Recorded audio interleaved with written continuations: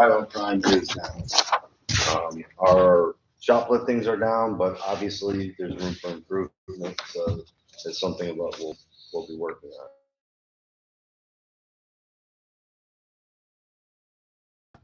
Okay. The long property. The long, skinny property, yes. They're parking 4 cars every night on the lawn and 2 in the driveway.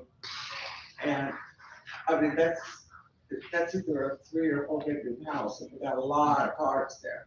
Plus, they're not supposed to be parking on the lawn. I've noticed the grass, just in the week's time that they've been doing it, the grass is starting. Okay. Yeah.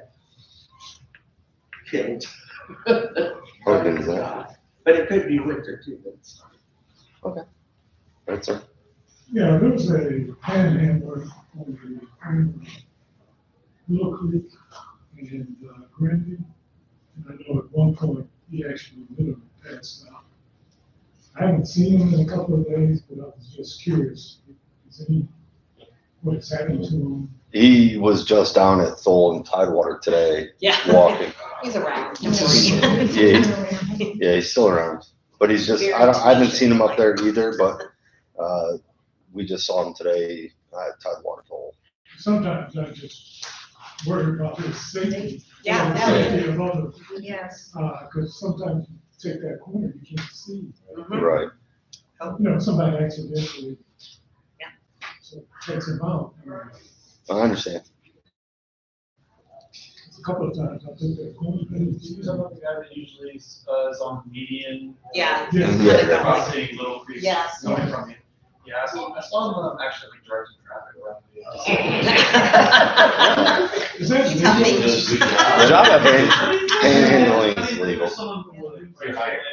Let me ask you this though, and I'm not sure if I asked you this the other night. Is it legal for them to stand on that little strip, that little 6 or 8 inch As long strip? as they're not in the roadway blocking traffic. Because their body. It's public safety.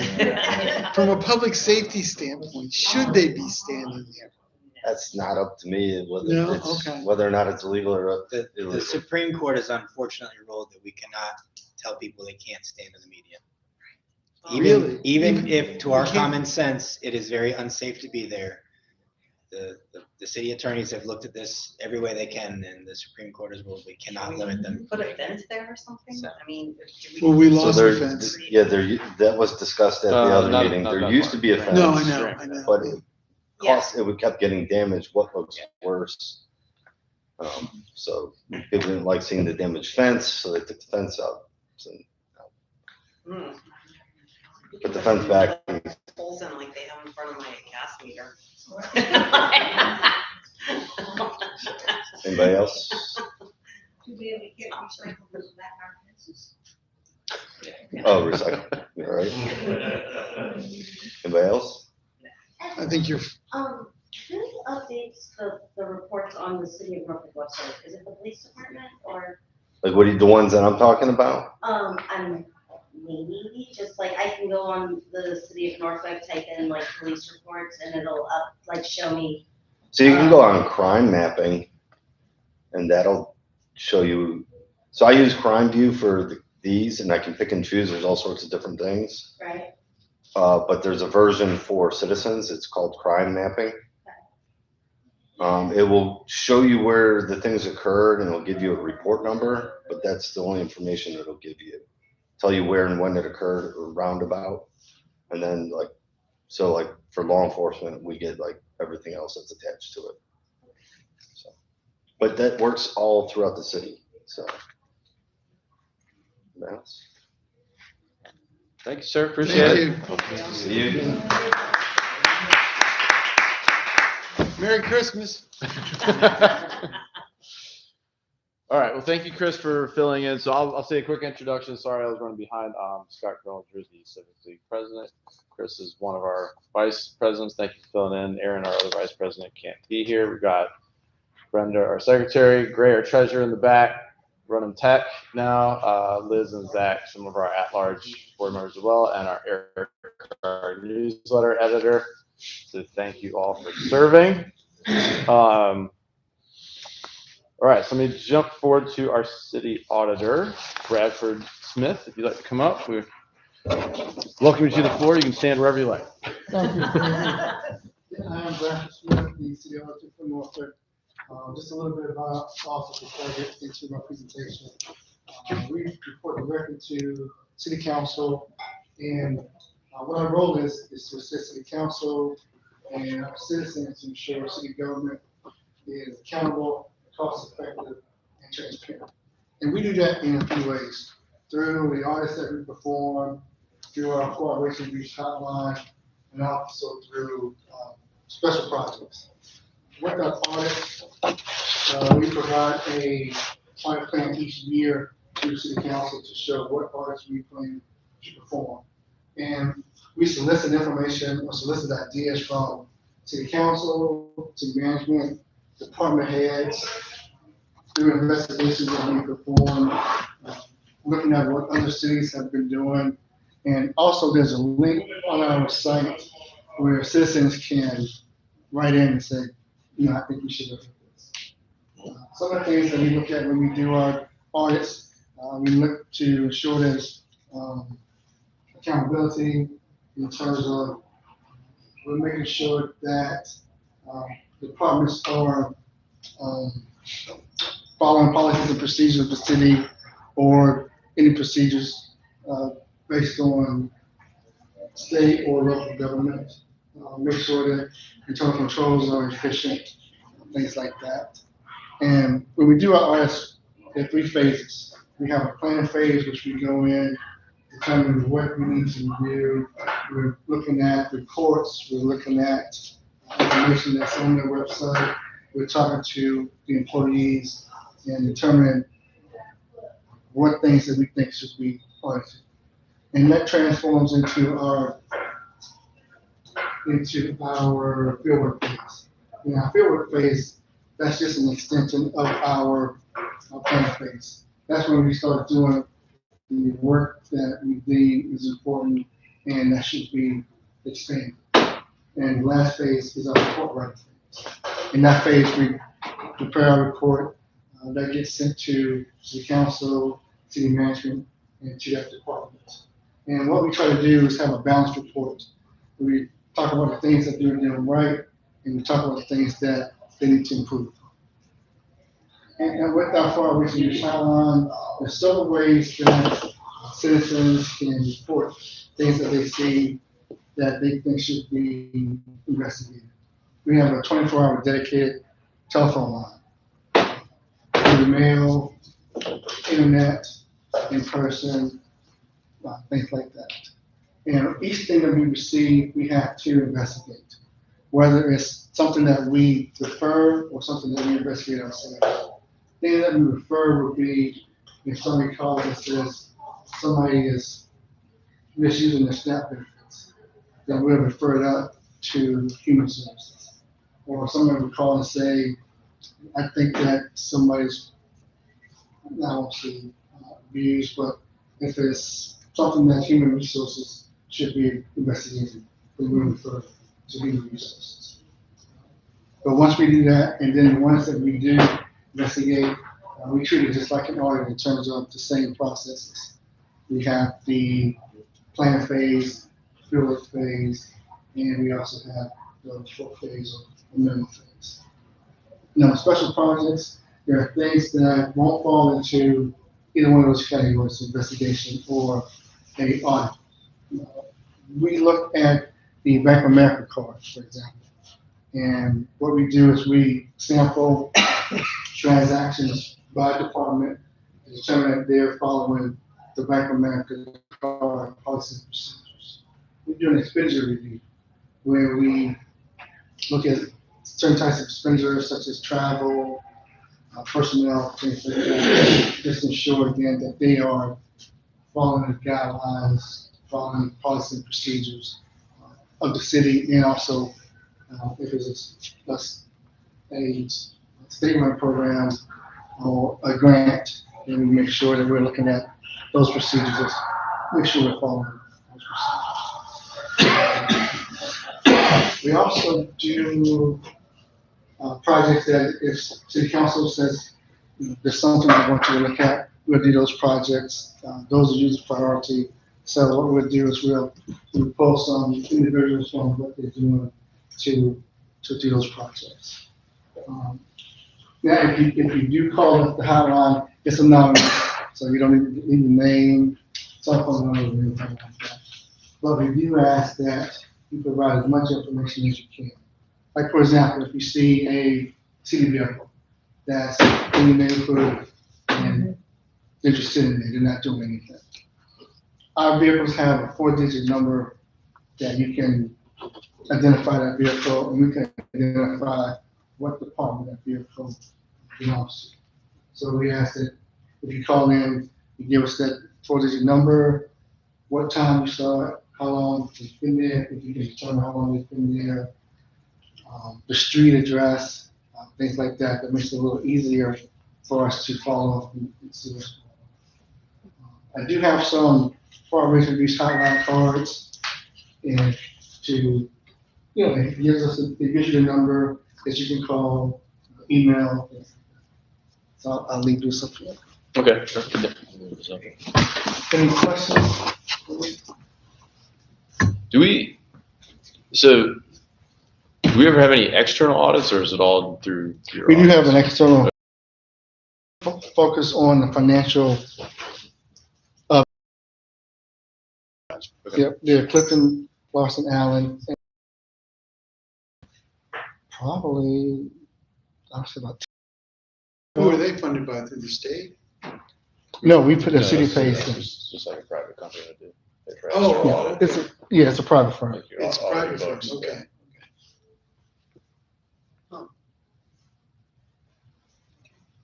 Any other questions? Okay. Thank you for your time. Thank you, sir. Thank you very much for your time. All right, so now I have the good pleasure to introduce actually a friend of mine from church, Liz Paiste, and she's with the Citizens for Responsible Lighting. I think we've heard about a few times, but we're going to get the real deal here. So appreciate you coming, Liz. Sure. So, hello, everybody. My name is Liz Paiste. I'm with Citizens for Responsible Lighting. I want to thank you for the opportunity to speak tonight about artificial lights. Can everybody hear me? Great. So this is a really important topic because Norfolk is converting our high-pressure sodium lights to LEDs. And there are many types of LED lighting, so the lighting we choose will impact Norfolk for generations to come. So we want to make sure we do it right, and that is why I'm speaking tonight. So first I want you to look at this picture, and I'm curious, how many of you have experienced seeing the night sky like in this photo? Because No, yeah. not here. Believe it or not, it used to be a common sight, but now 1/3 of all humans and 80% of North Americans can no longer see the Milky Way. So Citizens for Responsible Lighting would like to change this. Now we are a group of concerned citizens in Norfolk, and we're lobbying for healthier LED lights. And we're working with a statewide coalition of other cities that are going through the same type of conversion process. And we've partnered with members of the Audubon Society and Dark Sky in conjunction with some of our city leaders to hire experts who are knowledgeable in this new technology.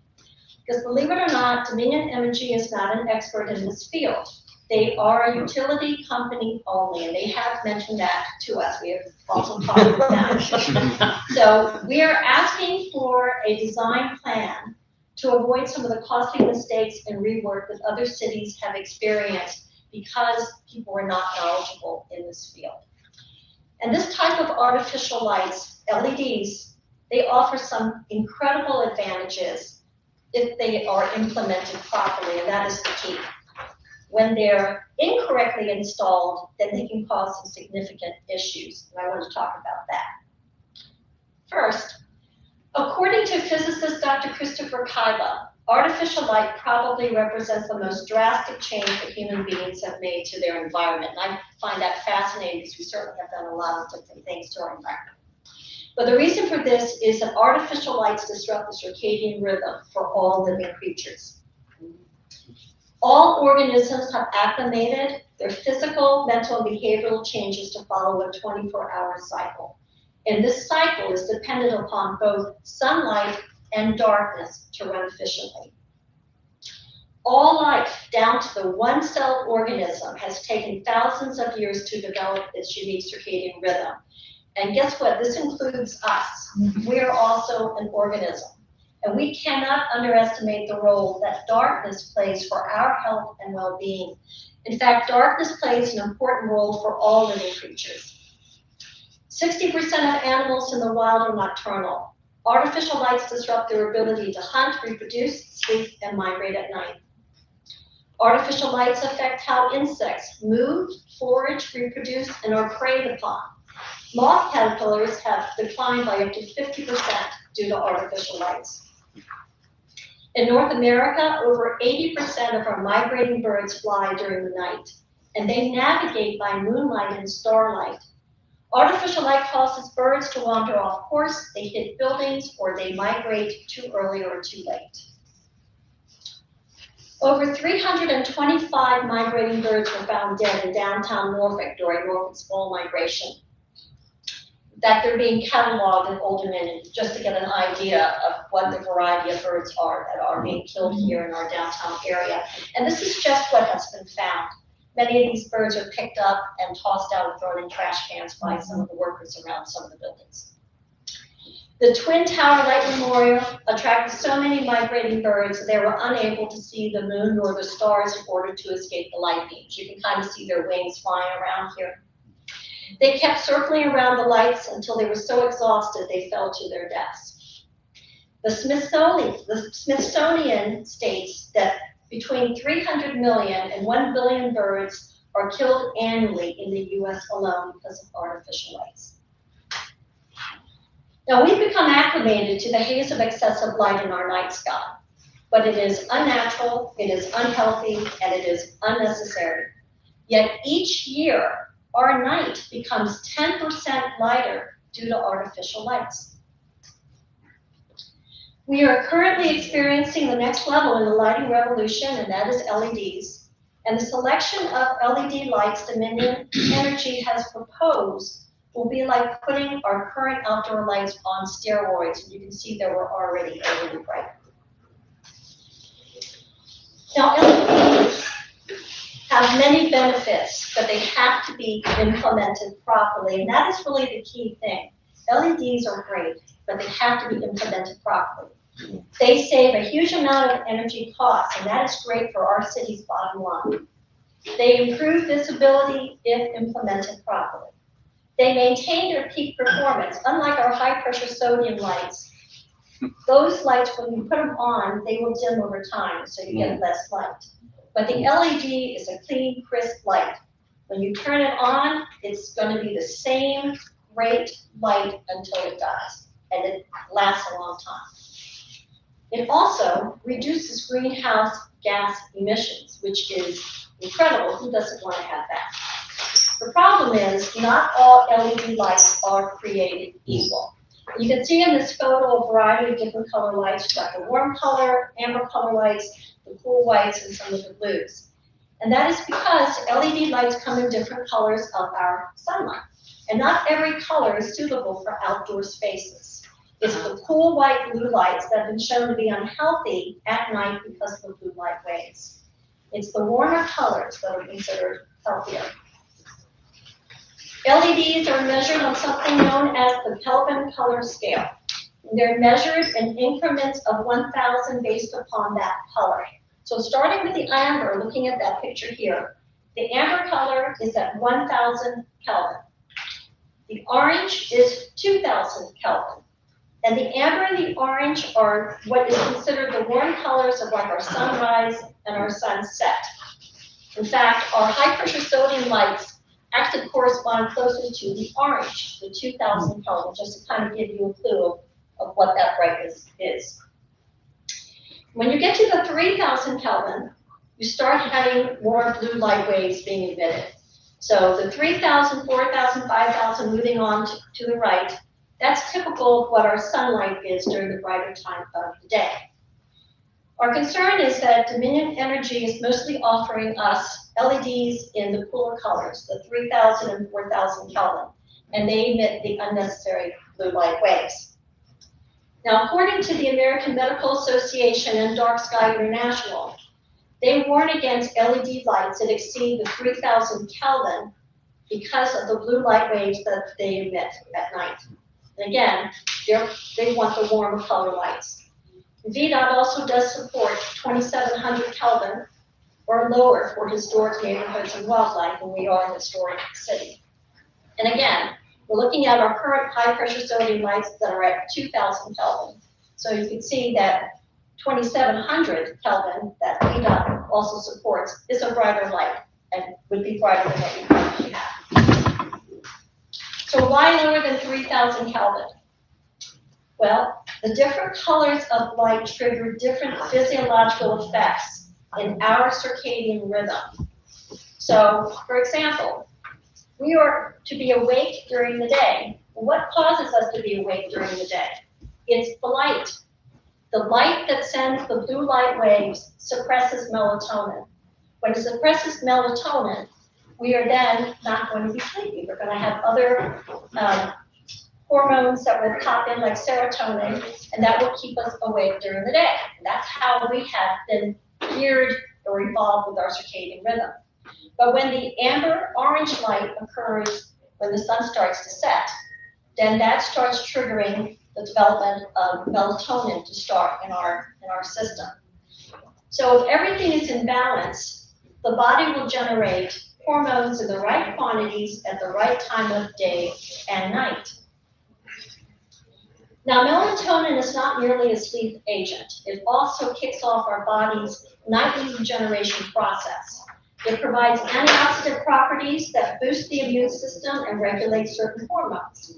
And recent studies have shown that melatonin aids in the prevention of irritable bowel syndrome, heart disease, migraines, Alzheimer's, diabetes, and certain cancers. We've all been advised to turn off our electronics a couple hours before we go to bed. But nobody's really explained why, except they say because of the blue light waves. Well, it's because of the health issues when our circadian rhythm gets disrupted. So these warnings should also apply to why we need to be careful about having the blue light waves installed on our street lights, because they have the same effect. The blue light disrupts the circadian rhythm for all living creatures. Now here we have some new lights that were recently installed in the neighborhood with a wetland area. This is actually Colonial Plains for those of you that may have seen this. The white lights are, first of all, they are the wrong color because they're the cool color, and they emit the blue light waves.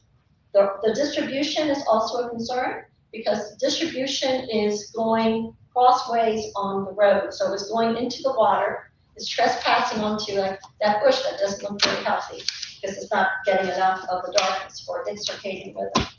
And lastly, it's very intense, has more illumination than is needed for that particular light.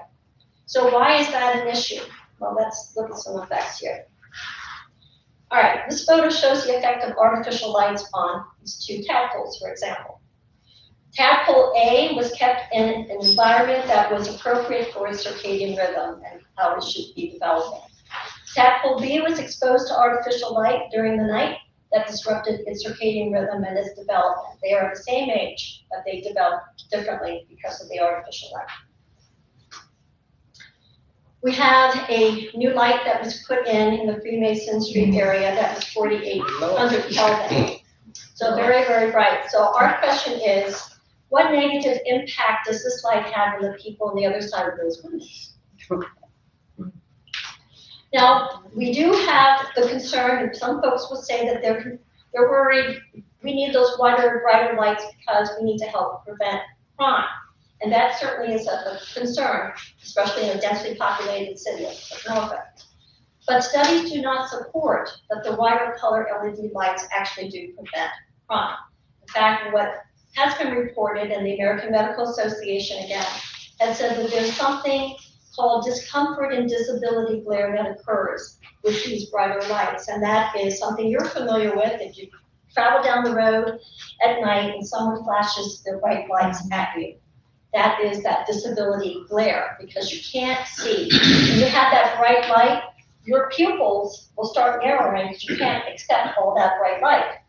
But then when you're looking at the darkness, your pupil has to open up to see the darkness, but you can't be shutting and opening up your eye constantly. Your eye takes time for it to adjust, and that's why you become temporarily blinded. So we have an example here.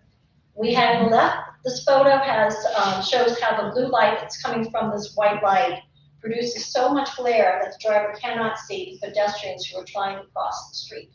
In fact, pedestrians have a harder time seeing than the driver, because at least the driver in the car has a roof that helps to prevent some of that light from coming into their eye. In this particular case, it's the light is shooting out. It should not be shooting out. If you look at the picture to the right, the light is actually pointing down. It's going down, it's parallel to the roadway. There's also less intensity in the light, and lo and behold, you have a much better view of the environment because your pupils are more open. You don't have that intensity. Again, you have an example of these floodlights by these garage doors, and those lights are shooting out, and they're very bright and intense. However, if you put your hand above to prevent the light from shooting into your eye, your pupil will open up a little bit more, and you can see more of that environment, and you can see there's a figure to the right of that garage door that you couldn't see in the first picture because that light was too bright. Your eye was not able to see that. We have this photo here of a very highly bright area, lots of lights, and you would think that this is a safe place to walk. Now, with the problem with the brighter lights, they cause a darker, deeper shadowing, because again, your pupil cannot see those dark shadows because it's narrow due to the brightness of those lights. So you might think, oh gosh, the person has moved away, so now I can walk down the sidewalk. But actually, the person has moved. He is in front of the light post. You just can't see him because he's in the shadow. That arrow is pointing to him. So there is no clear scientific evidence that increasing our outdoor lighting to the wider LED lights prevents crime. But we do have a correlation that the blue light waves impacts our health. Now, there are 5 principles of responsible outdoor lighting that is supported by the American Medical Association, the Illuminating Engineering Society, VDOT, and Dark Sky International. And the principles are: is the light actually useful with a clear purpose? Is the light targeted to where light is actually needed? We're shooting a lot of light up into the sky right now. Is the light at the minimum amount of light to get the job done? We need to be able to feel safe, and we need to be able to see where we're going. So we want to make sure we have enough light. We just don't want to overdo it. And can we have some type of control in our light? Can we have dimmers or motion detectors, some type of adaptive control so that we have the light on when it's actually needed? And what about the color? The correct color does matter because of the circadian rhythm. We want to keep it at the warmest temperature light that we can get. Now here's an example of a car repair shop, that had a glaring light as their one light to give them security around their area. And you can see it was shooting up and out, and of course it created those deep shadows around it. But when they followed the 5 principles of responsible lighting, they changed the one glaring light to 2 lights that shot down the distribution of light going where it needed to be, and also not as intense. And you can see that there's more of the area of the shop that is visible, and also the trees are in a more of a darker state, so anything living in the trees are a lot happier as well. So we've minimized the light pollution there. Now here are some examples of street lights. The light on the left is an example of our acorn light. I think we have about 120 or so of those in our downtown area. They're like a lamp without a lampshade. And I don't know how many people have a lamp without a lampshade in their house. You can't see very well with those. But as you move to the right, you can see that the light becomes more directed to where it needs to be.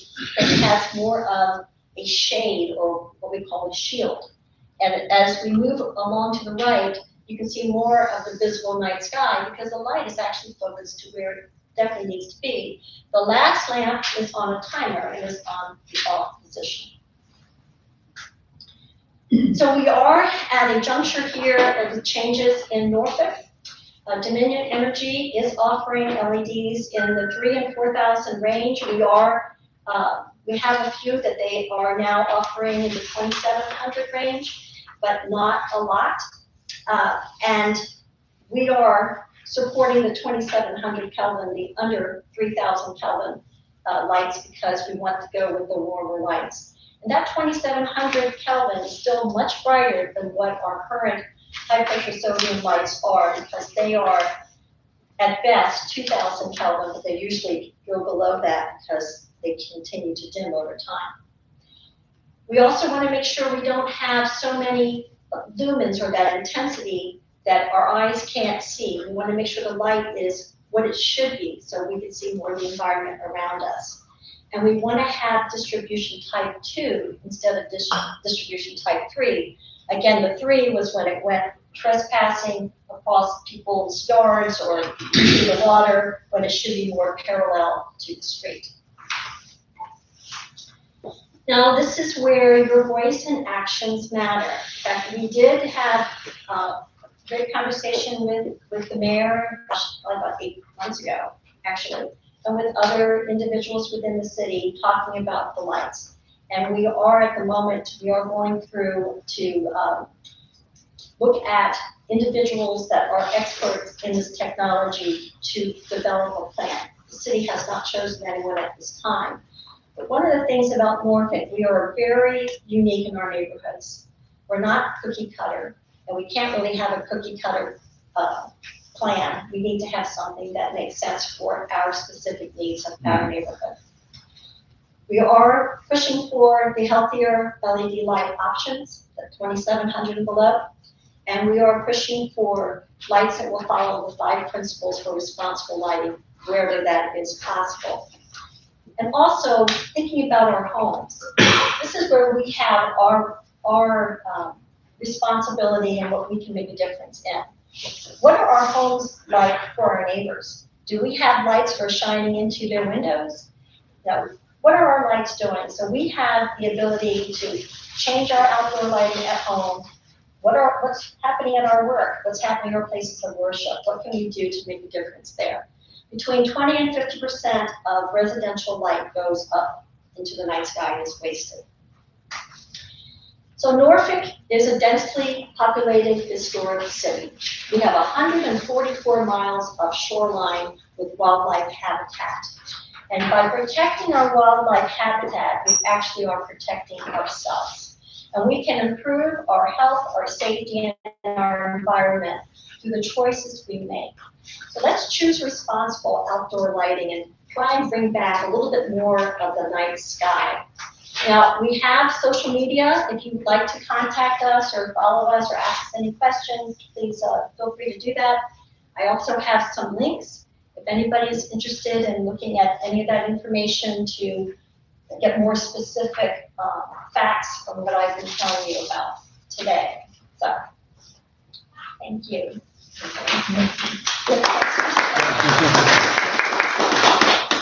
If we're asking for the 2,700, what did you say, Kelvin? Kelvin. 2,700 Kelvin, but they want to give us the 3,000 to 4,000. Is it because they're less expensive than the 2,700? No, my understanding is they're not. Let me give you some information with Dominion. About 7 years ago, they started to make changes towards LEDs. So they started in Fairfax, I believe. They actually are responsible for about 2/3 of our cities in the state for energy. And back then, this is a new technology. People weren't really aware of things. You know, we learn new things all the time. And so at that moment, manufacturers had the 3, 4, 5, all the way up to 8,000 Kelvin. And people tend to think more is better. And so, and it is more efficient to have it a little higher, like the 4,000, 5,000 to be more efficient with your electrical costs. So that rolled on through. But unfortunately, some of the cities, in fact in California mostly, because they started the rollout with LEDs before we did, after the lights went in, people were like, man, I can't see. People started to complain. And so a lot of the cities found themselves having to rework, and it was pretty expensive to have to do all of that.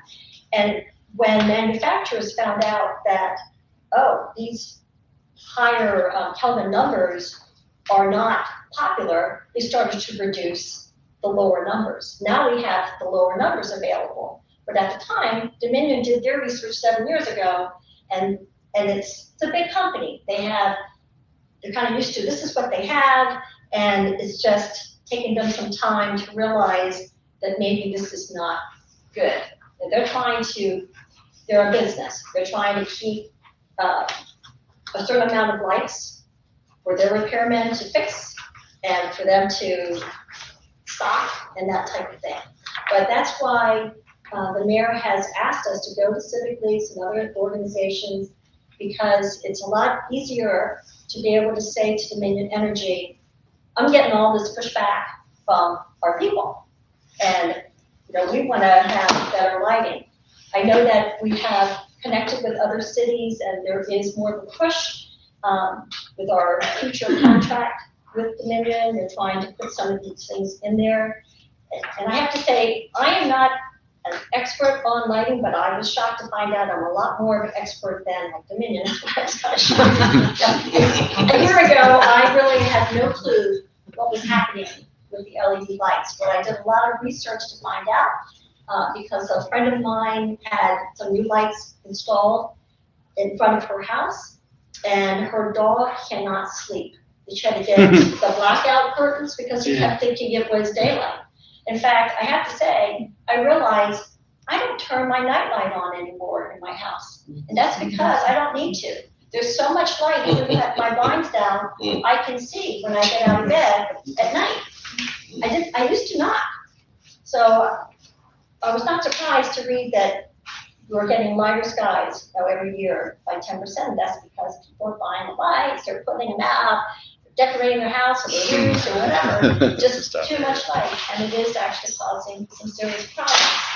So anyway, so if you all have any questions or concerns, you can certainly send an email to us.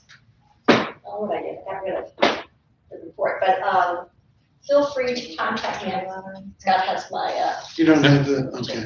So I can send you the. All right, that's fine. Oh, yeah, that'd be great. That'd be very good, so we can publish that. Okay. No, about a year ago, there was like a move for, the Dominion was supposedly going around, and they were, as lights, the sodium vapor lights were failing, they were replacing some of them They're doing that with still. the LEDs. But then people were complaining, saying, yeah, these things are really bright, I don't like that, and they stopped. So have we, now that we've determined that the 2700 Kelvin is the more appropriate level, is that what we're going to, or they haven't reached that consensus yet? My understanding, and I don't know if I could be corrected on this, but my understanding is that there was a pause on the conversion. Right. About 9,000 of our streetlights have been converted, might be a little bit more. And the city will, if somebody sends a message that their light is burnt out, the city will replace it. But the only thing, my understanding, the only thing they can replace it with is an LED. There are no more high pressure sodium lights to Okay. put in. So I've told people don't request anything, because those LED lights can last 20 years. So they're putting in the 3,000 to 4,000 level. Still. That's what they have in inventory right now. We've been talking to Dominion as our group, but the city has also been talking with them. John Stevenson, our traffic director. Yes, that's who was at our meeting at the time. Okay. Okay. But my understanding is right now, the city is looking at some consultants who are actually experienced in fixing the lights that went awry at other cities to find out what is the cost to be able to have a plan. And part of the problem is how much is it going to cost the city to have a plan? Of course, the other question is how much is it going to cost us not to have a plan? So we have to try and figure out what do we do. But whatever we decide, we're going to be living with for many years. That's why I say it's a generation thing. So we're pushing, our Citizen for Responsible Lighting is pushing for the healthy lights. And I have to say, I feel that there has been some flexibility on Dominion side. They did say that, oh, we found a 2700 that might be one light, but we have a lot of different variety of lights here in our city. That's another issue. What do you mean? Well, we've got like the tall, what we call the shoebox light. Yeah, but I'm talking about just the garden variety streetlights that we have in, 90% of our neighborhoods around here. Those, do they have them in the 2700 or no? My understanding is they don't have much of what we need. That's all I can tell you. Is it because that they've already bought the 3 and 4,000? They have some inventory, but most businesses are just in time. They don't want to have warehouses full. My understanding is they don't have warehouses full. They have enough of a supply to be able to replace something, but it's more of trying to keep track of all the different needs for all their different customers in the state. Right, okay. So I called in a street light across from Gray's house. Gray, how is that bright? Is it bright? Did they fix it? Yeah, it's pretty bright. Good job, Scott. Oh, sorry. Just trying to help. If they're keeping the 3 and 4, is there a way that we can tell them that we want the 3,000 until they get rid of it? 2,700. I mean, I would think there's not a whole lot of difference between the 2,700 and the 3,000. Looked like on your map that the 3,000 was still acceptable. Well, That that would be the top the level. American Medical Association, people are still studying lights is part of the problem. It used to be that 4,000 was considered acceptable, and then they've lowered it. So it looks like they continue to lower it. So you're trying to keep it 2,700. But my understanding is that the neighborhoods may have 3,000, and the highway or the busy roads like Hampton Boulevard, Little Creek Road, Granby will have 4,000. Yeah, well, yeah, I get that. Right. Thank you. This is my understanding, but yeah, we just don't want to have, if someone lives on those roads, we don't want them to A lot of have people live on negative. Little Creek Road. Right, It's a residential. You had mentioned OU and the birds. Are you working, is your group or is anybody working with OU to do any studies, like a compost study or environmental impact study? Well, we are a member of a small committee of about 9 folks who are in the core. Then we have a lot of folks within various civic leagues who are interested in knowing what's going on and participate in some of our meetings. But we have an Audubon Society member. She's the one that gets volunteers to go out, then takes them to Old Dominion. But I don't know if there's anything beyond that, but I can find out and let you know. Yeah. That- I mean, I work at OU, so if I could connect you with somebody, I would be happy to do Yeah, that. that would be But great. I was wondering if like a study is more compelling. Citizens calling you. Well, yeah, well, I think it's always very important for everybody who can offer information. That's always beneficial, because I think having facts and information, we can make better decisions. So yes, I'd love to talk to you. Oh, and I'm sorry, there was a question there. I'm gonna stand up so you can hear me. Do you have like talking points on the site or something for when we do call, like city council to talk Not city about council, this? not city council. Sorry, thank you. It's not us. I didn't get any Dominion. next time. All Dominions. Well, I was going to have the presentation available, and there are some points there, but if you like, there's also a letter that has some of the points that I can always provide to Scott to send out to Thank you, folks. because if I call and I don't remember what she said at the meeting, I'm calling for this, and I don't remember it. So I'm gonna write. All right.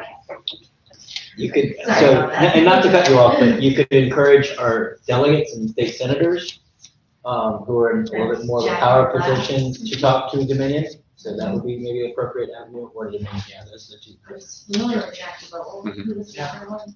Senator? Our senator is Andy Williams Graves. I'm still waiting. All right, thank you, Liz. Appreciate it.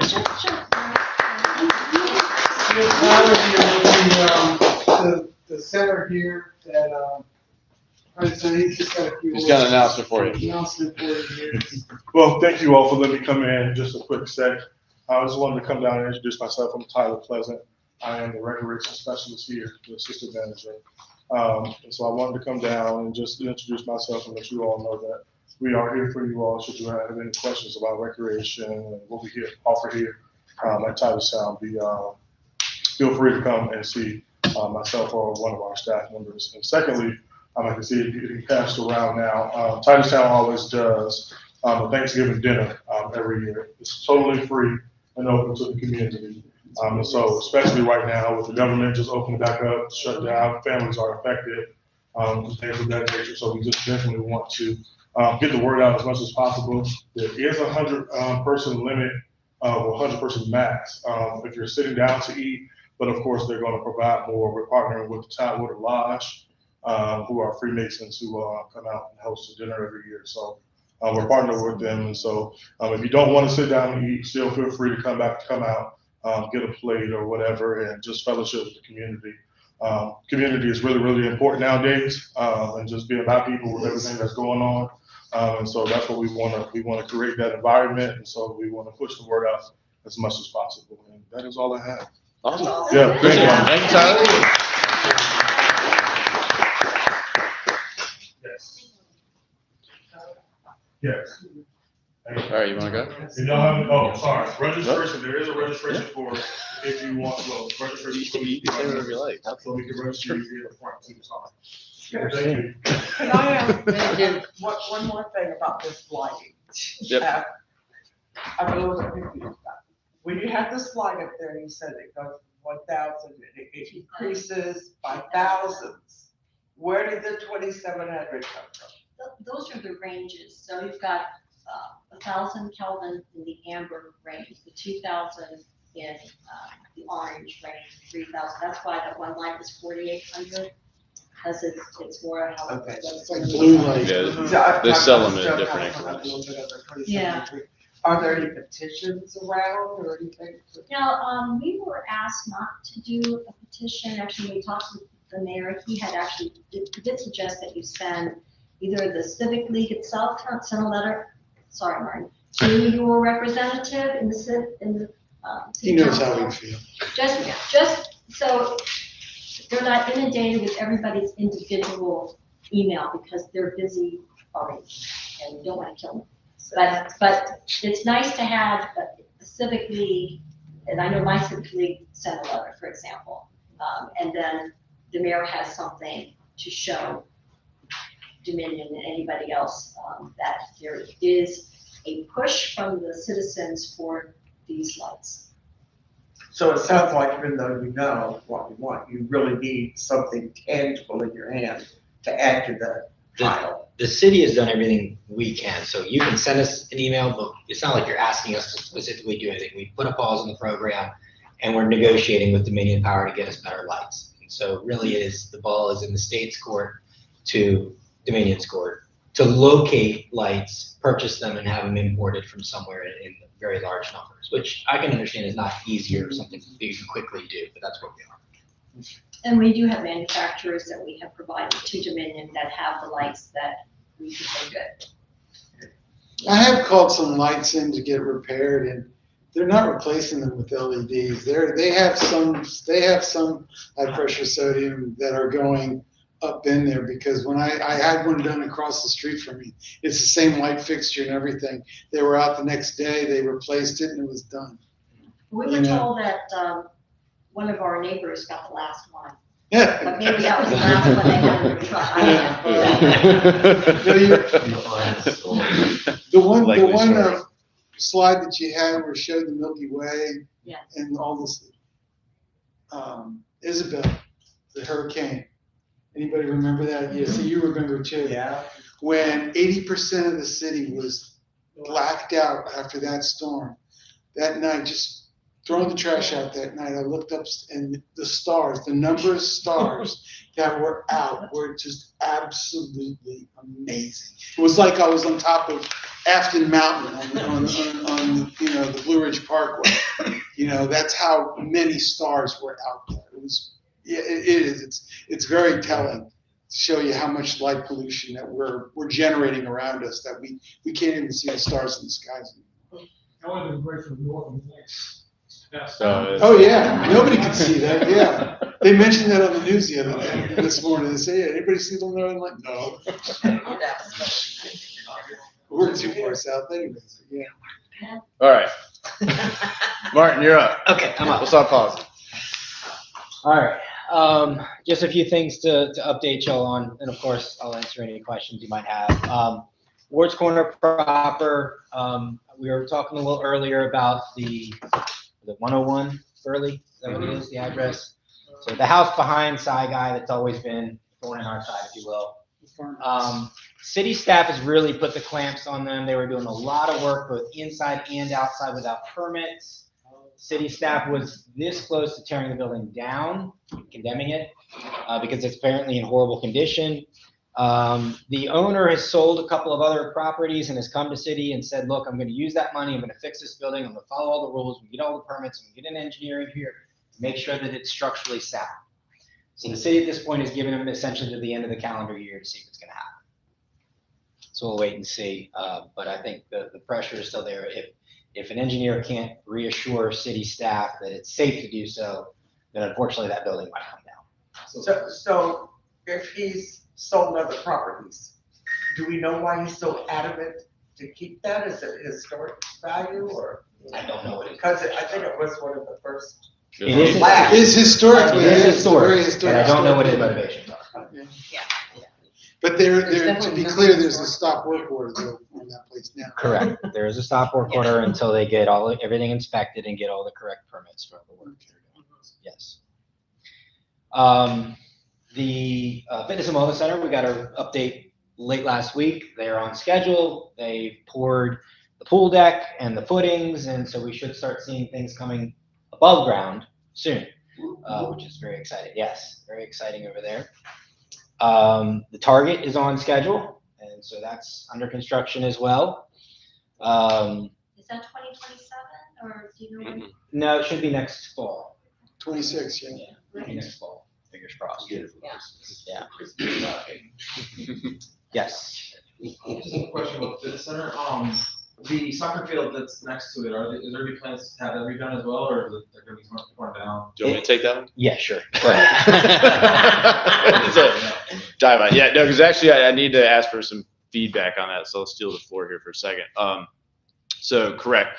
They were going to have to take that at some point for at least a year regardless, to redo it and to get the playground space and anyway, finish the construction around it.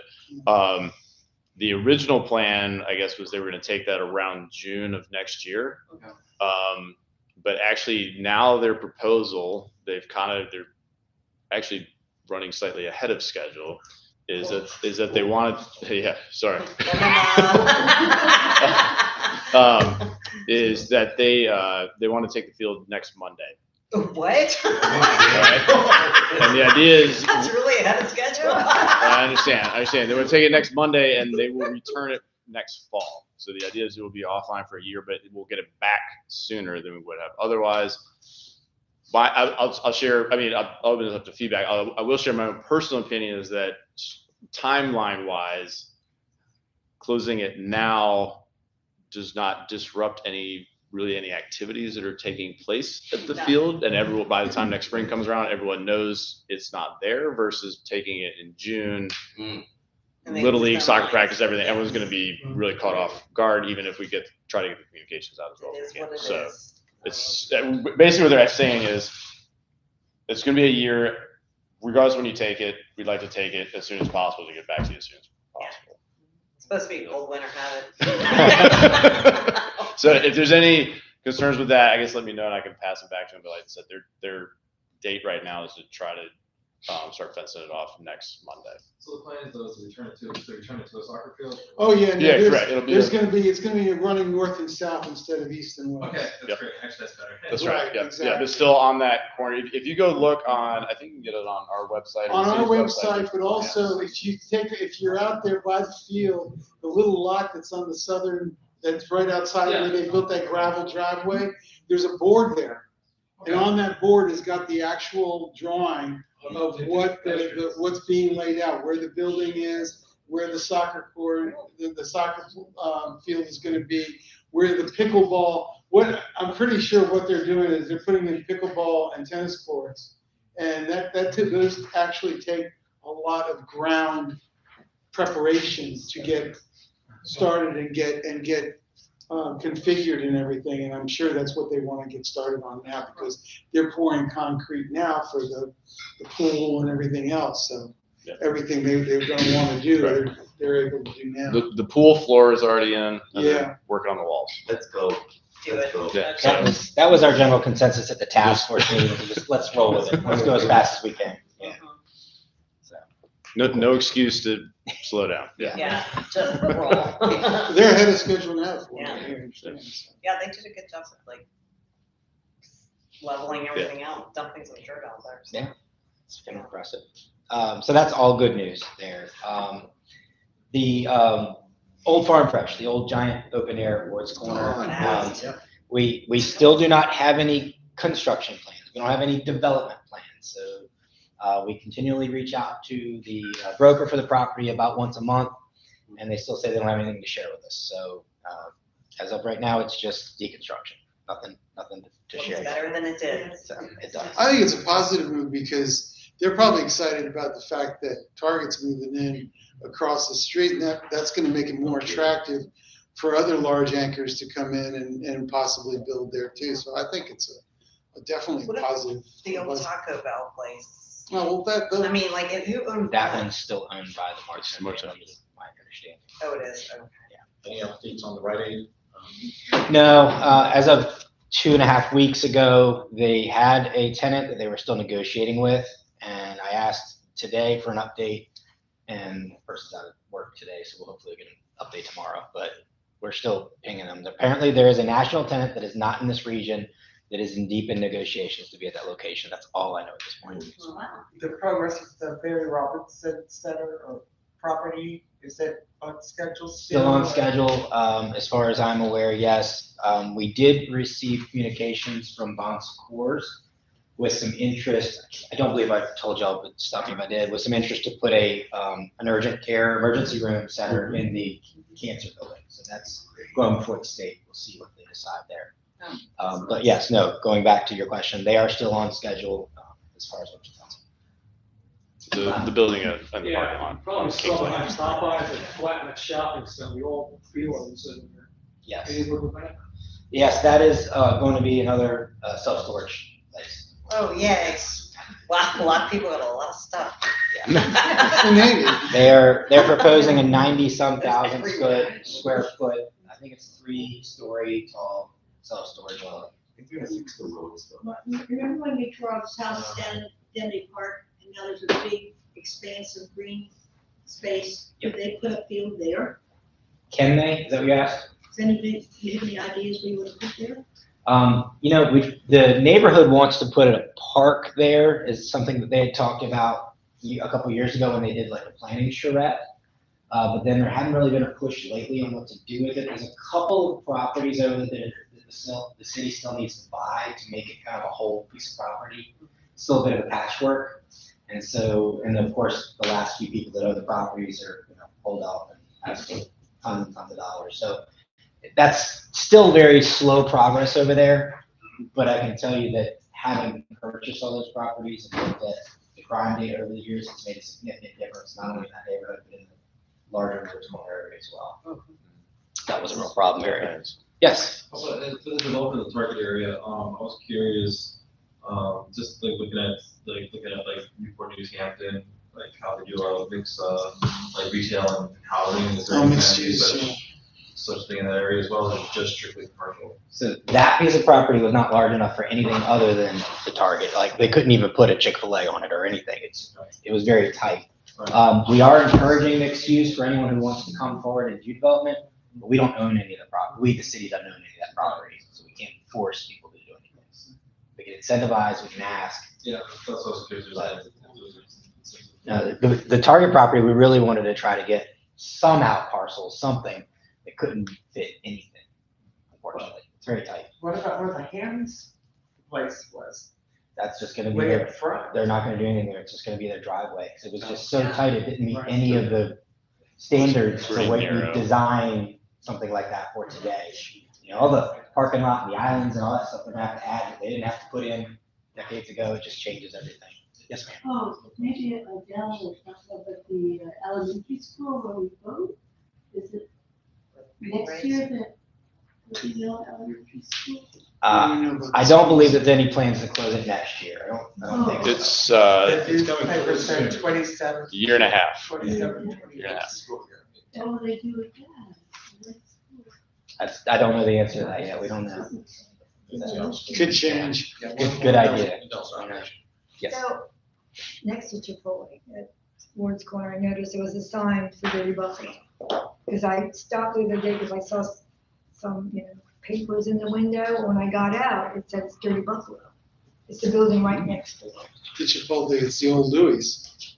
We're gonna go by there tonight. But it wasn't that, they've changed Take a the look at the window. spaces, so it doesn't look like it's that wide. It I looks like don't- It's longer, but That would be news to me. I was with the owner of that property 2 days ago, and he did not mention that. We isn't definitely that, talked but about it it. was, there are people, it's taped to the, I'll to the ask. store for ask, because maybe. Yeah.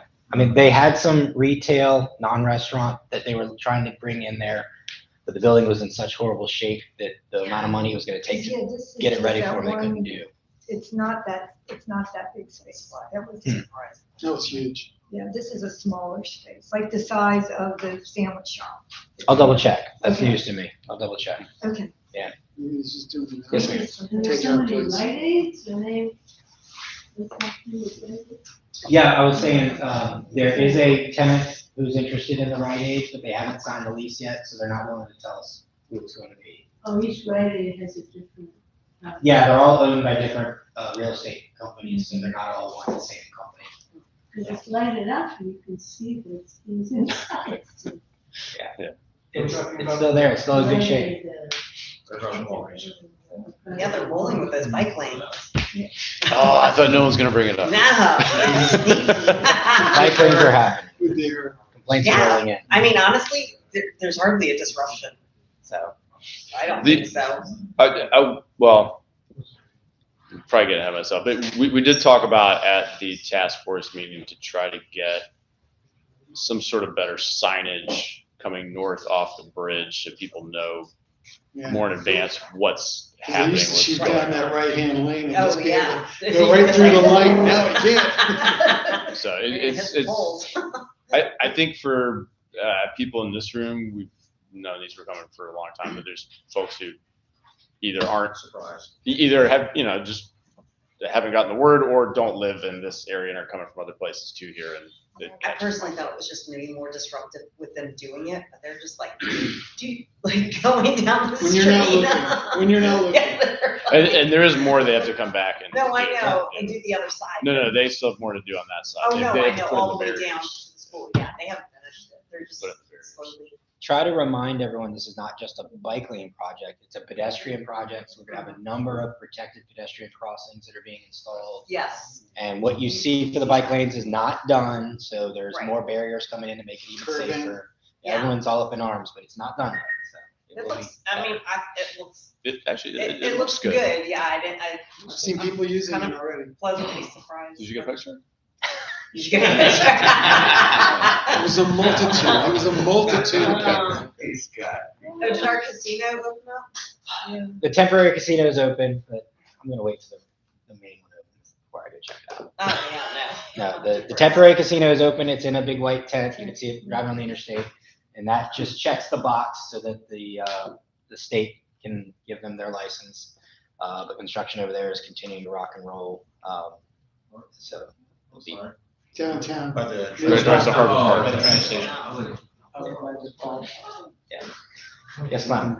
What's the construction of Little Creek and Granby crossing? How long is that gonna be? That's all associated with the interstate projects, so both the hot lanes and the bridge tunnel. I mean, it's not on time, we know that, so I don't know. I can't confidently tell you when that's gonna be done.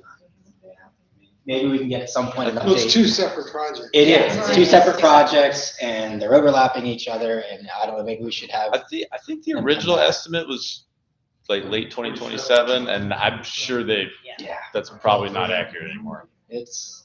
I will say this, it better be amazing.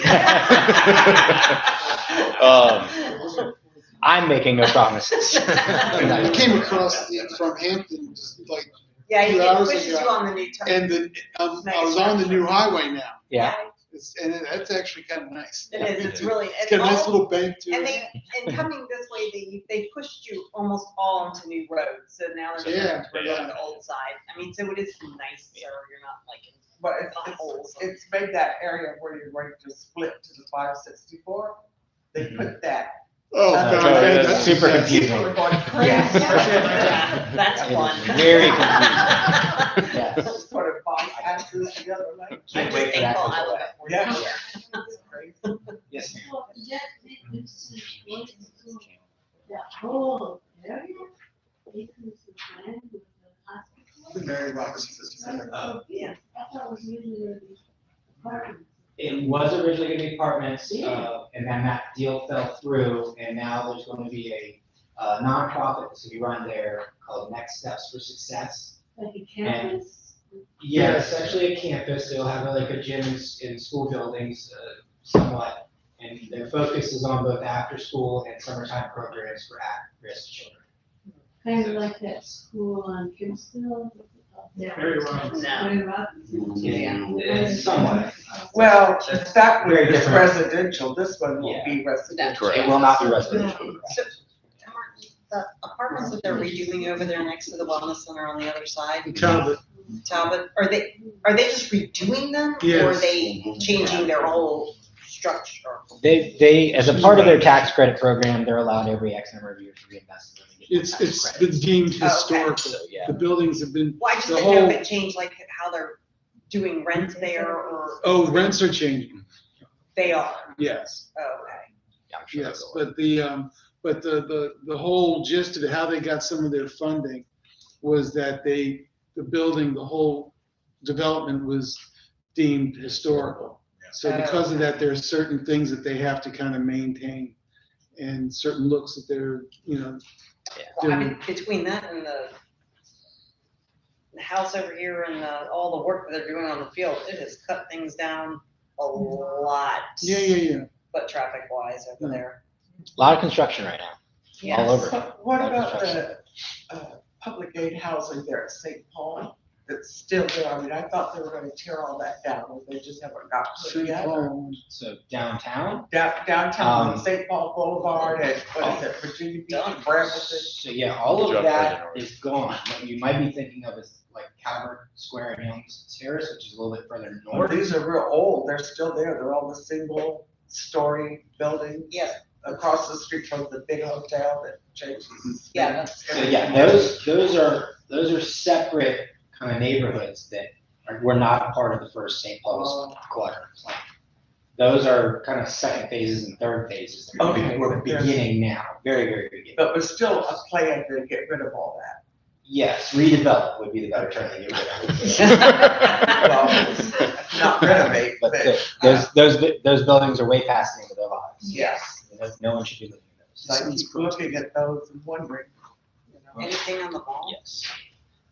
The mall, we're hoping to get a update in one of the meetings in December. So middle of December, we should have some movement on the downtown mall. Yeah, okay. So And Military Circle Mall. nothing significant on Military Circle Mall. We are still negotiating with a tenant there who has a very long-term lease, who's asking for lots and lots of money. So we're trying to get them out. So hopefully I'll have some news on that soon too. I think you were first. Go ahead. So, It's kind of a two-part as well. The first one is I was reading an article the other day that Granville Elementary may be on the shopping block or shut down. Yes, so Norfolk Public Schools has about 14 too many schools based on the drop in population over the last couple of decades. And so they're going through a process of figuring out which schools they're going to close and get rid of. And based on the condition of the schools, I think Granby Elementary continues to rank at the top of that list of schools that needs to be closed. And I think they're just saying in about a year and a half that it'll be closed based on current plans. So any plans to redevelop the area, to make it sort of housing or something? No, I mean, Or charge. we don't have any plans to put anything there right now. That we just heard that they were going to close it, within the last month. So. And just double backing on the young lady's question about the subsidized housing that's going to be redeveloped. Is that going to be redeveloped into more subsidized housing, or? So it won't be public housing like owned by the government because the feds don't fund that anymore. They stopped funding that a generation or two ago. So what'll happen is each of the units will be kind of converted into vouchers, and then new units will be built there, and people will be able to use the vouchers either there or anywhere in the country, honestly. So, which is just the new way that the feds fund that kind of housing. Yes, all right, this is the hardest question of the night. Uh-oh. Ready? Sit down, strap in. All right. Who took down the crossing gate at the railroad tracks at Route?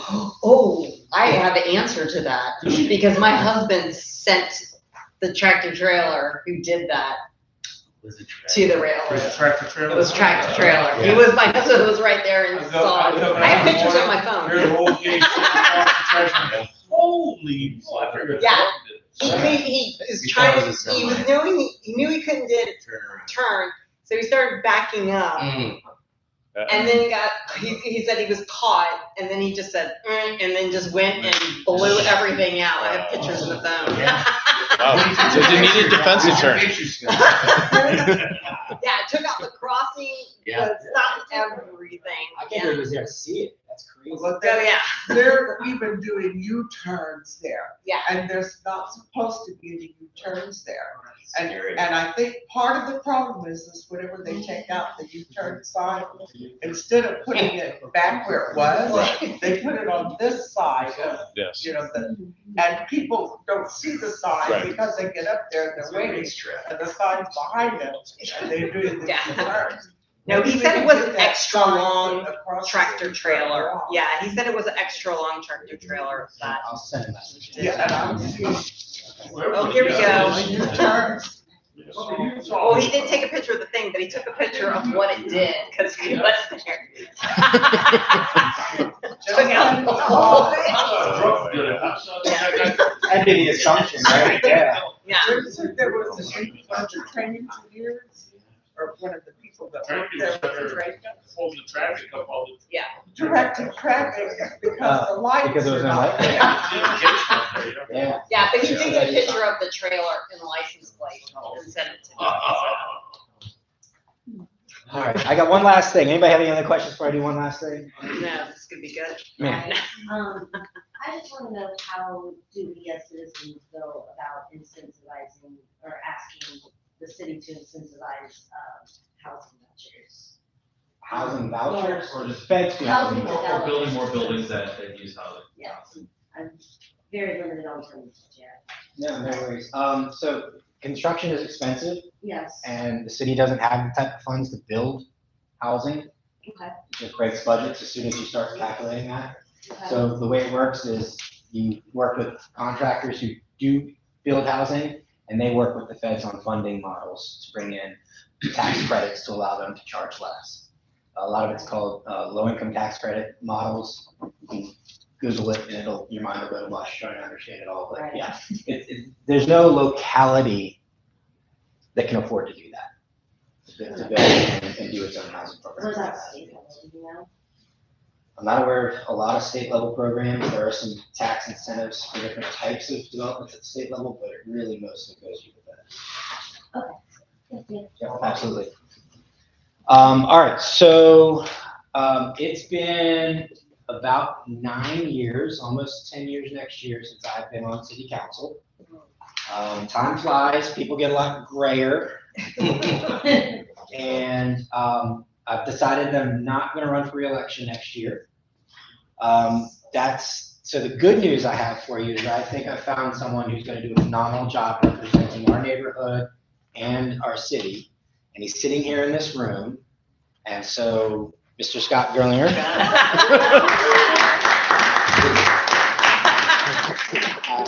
I do want to thank Scott for stepping forward. It's fun. It's a job. You're going to learn a lot. Yeah.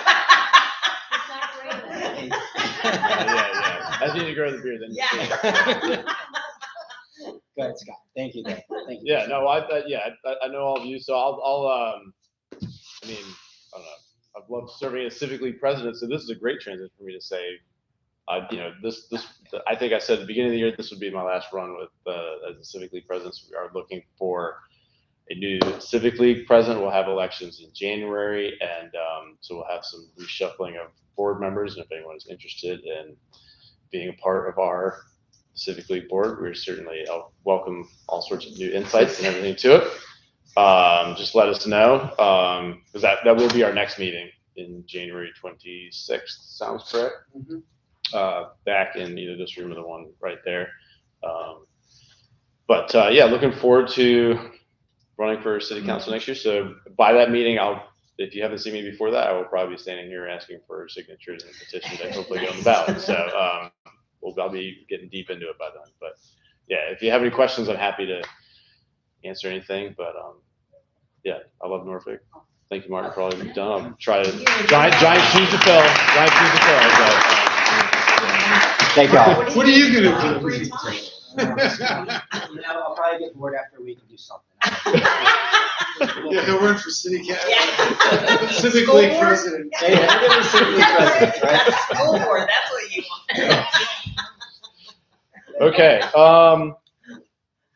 Yes, I believe that is all the updates. Oh my gosh, realizing to update the upcoming meeting. Yeah, so the next meeting is not obviously November 17th. That is today.